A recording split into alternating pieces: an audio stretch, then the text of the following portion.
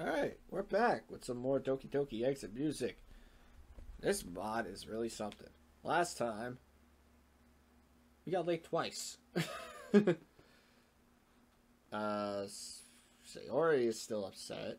She's out of the hospital, prescribed with more medication. She tried to basically force us to break up with Natsuki just because for her need. Which ain't right. Even though she kind of is still mad at us too, so why would that even work? And Yuri's psychotic. Yuri is sending some very weird version of erotic pictures. Let's just say that. Alright, anyway, let's move on. Sunlight creeping through the blinds forces me awake. The light burns my eyes. My eyes! Groggily, I gently release myself from Natsuki's arms. Peering at the clock, I realize it's almost midday. Again? Oh wait, it's Sunday, right? Never mind. We're fine.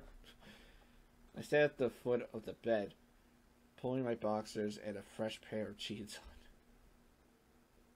Yeah, when we left off, it was the second time we got laid. I leave our room as quietly as possible. Heading downstairs, I hear a faint knock at the door. Oh god. I head over, taking a glance through the peephole. I see a courier walking back to his van. I don't remember ordering anything. I open the door and see the small box he delivered. I take it back to the kitchen, expecting the label. It's from my mother. I haven't had anything sent from her in ages.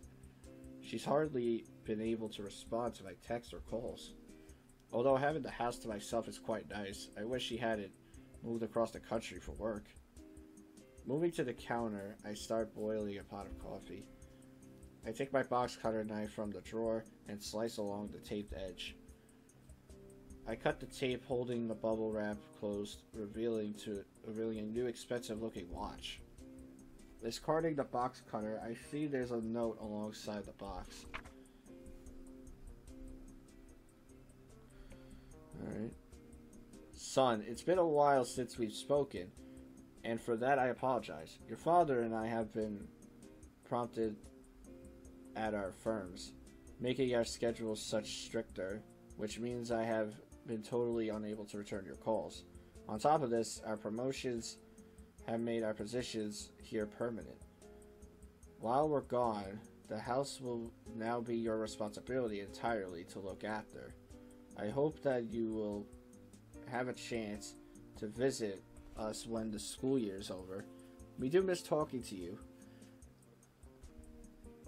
Oh, that's Anne. That was a weird A.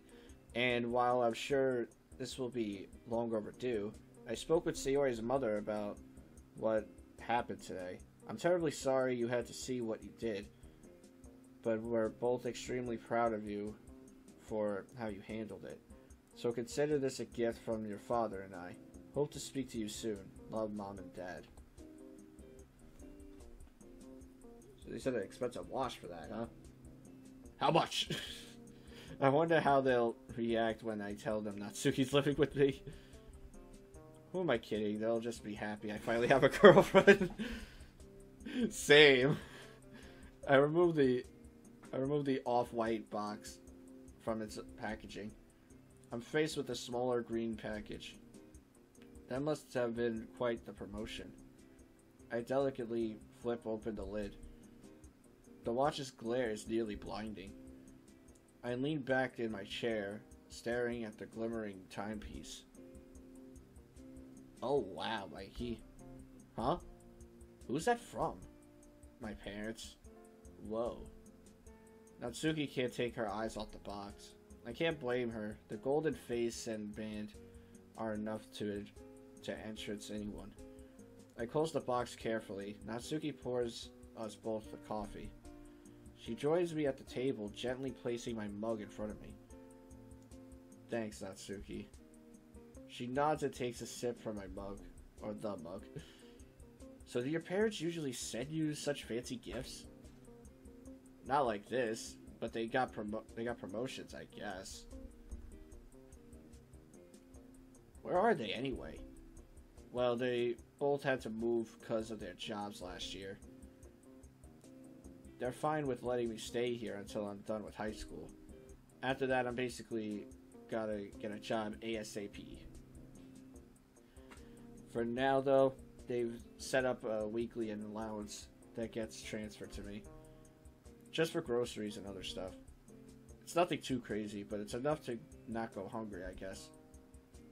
As those words exit my mouth, I realize what I've said. Crap. Wait. What was wrong with it? Did I miss something? It's nothing too crazy, but it's enough to not go hungry. Oh, because she was left starved. Okay. I must have not caught that. Natsuki squirms a bit in her seat, but doesn't seem all that bothered. Yeah, I figured. I don't really know what he does. He usually be gone by the time I woke up from school, before school. Kinda weird, huh? Not even knowing where the money comes from. I don't want to have to dwell on this subject for much longer. After all, I don't want to taint our day alone together with the thoughts of that abusive piece of... Listen, did you want to do something special today? Not exactly the smoothest subject change, but Natsuki's eyes widened with my words. Like what? I was thinking we could go on a proper date. What do you mean? I want to take you out to do something.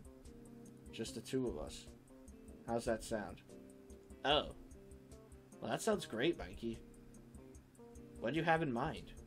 Well, there was the cafe, but it's not too far from here, and the pastries were delicious. I was thinking we could go back to the cafe. I really liked the place. Looked like you did as well. Yeah, it was really nice. If you forget about the whole thing with Yuri. Yeah. Wanna go get ready then? Sure. Natsuki immediately slides out of her chair and books it upstairs. I can't help but laugh. She's genuinely adorable. I take our mugs to the sink and await Natsuki's return. She's in the bathroom, probably fixing her hair or something. Whatever it is girls do. We wouldn't understand, honestly. I put on fresh pants and a shirt.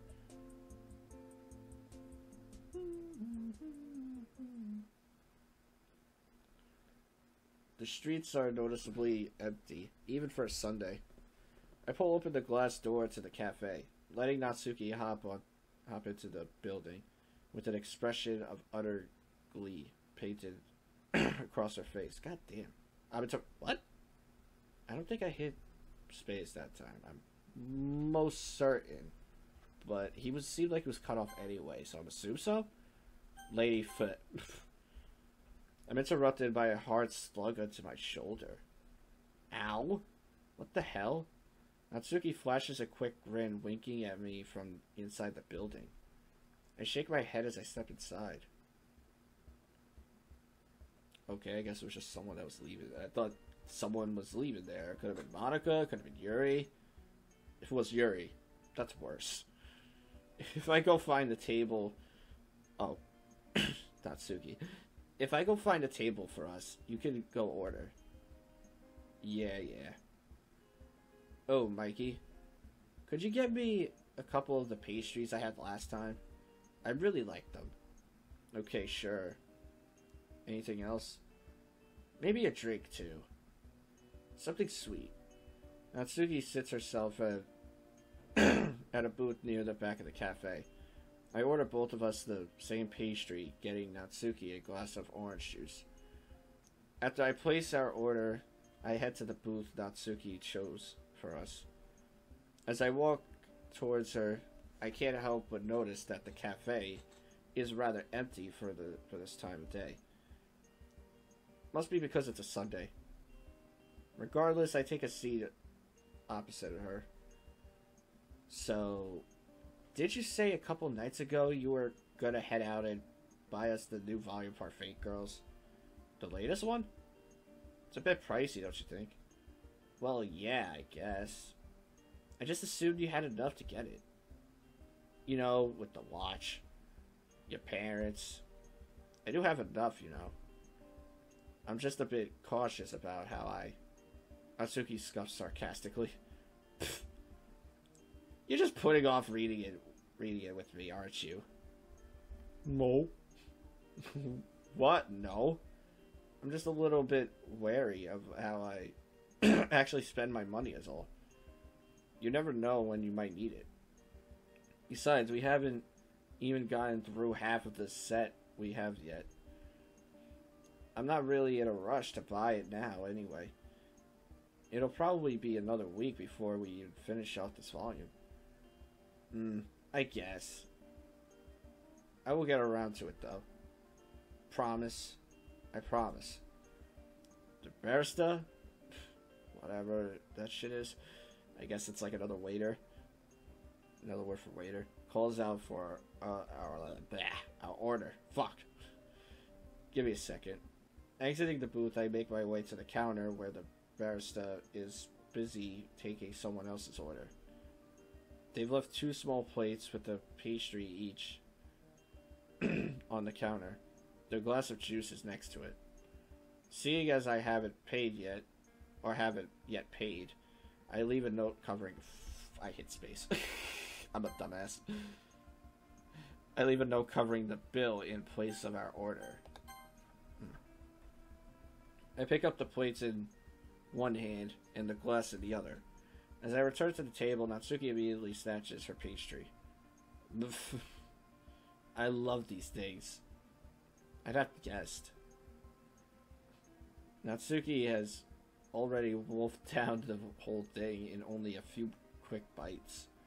She seemed completely oblivious to how quickly she was eating. I glance her a quick grin before taking a bite down from my own pastry. It's delicious. Natsuki, her eyes wild with excitement, leans over the table and attempts to take a bite from my pastry. I instinctively pulled back, holding up. Fuck! Why did I do that? I instinctively pulled back, holding the pastry out of reach. Okay, Jesus. I need to chill with my space bars there. Hey, leave mine alone. Fine. She returns to her seat. I return to mine. Hurriedly, I munch down on the rest of my pastry quickly. As I do so, Natsuki snaps to her right for a moment at the sound of the door swinging open. Just another guest. She turns back to me, bringing the orange juice to her mouth and taking a sip. Thanks, Mikey. It's no problem. Anything for you. Daw! She grins at me. A few awkward moments pass as she gulps down her orange juice in silence. Ready to go? Just about, yeah. We both slip out of the booth simultaneously, and I neatly stack the plates and the glass up for the barista. Is that how you say it? Oh god, I gotta sneeze. It was coming up. I hold open the door for her, and we make our way back out into the street hand in hand. That was a quick date.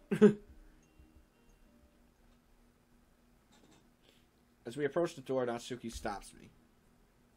Mikey, thanks for taking me out. It really means a lot to me. I love you. I love you too. Can we smash again? No, please don't. No, never mind. Forget what I said. The two of us enter the house and head to the living room. Natsuki takes the remote and finds us a show to watch. Waiting for Parfait Girls the movie. Hey, are you hungry yet? I look at the clock. Somehow hours have passed without my knowledge. Yeah, it's already nighttime. Not really, are you? Nah, I ate way too much at the cafe. Jeez. I'm a little thirsty, though. You want me to fix us a drink? Natsuki nudges her leg and removes her head from my shoulder. Yeah, thanks. I head to the fridge, take one of the remaining bottles of wine, and pour the both of us a healthy glass. Oh, great. More wine! Last time they had this, they fucked! I struggled to fit the cork back into the bottle before returning it to the fridge. No bottle service today? No, we have school tomorrow. If we hadn't missed the majority of last week, I'd be more than happy to drink the whole thing. I can't imagine tomorrow will be an easy day. You're right. It's too bad we can't just keep bunking off. I know, it'll be hard to get used to attending classes again. We finish our classes of wine. Our classes of wine? Oh my god, I'm gonna throw myself right out my window. We finish our glasses of wine, watch a few more shows, and head upstairs. Jesus Christ, I said classes of wine.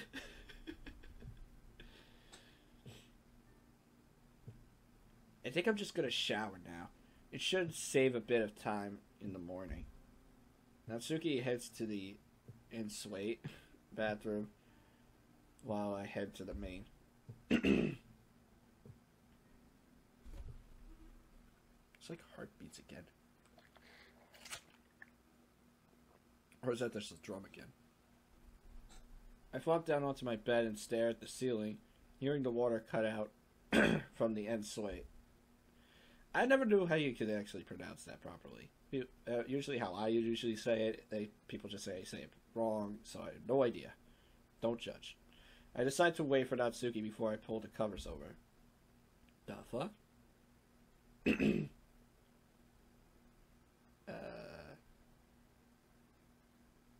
Mikey?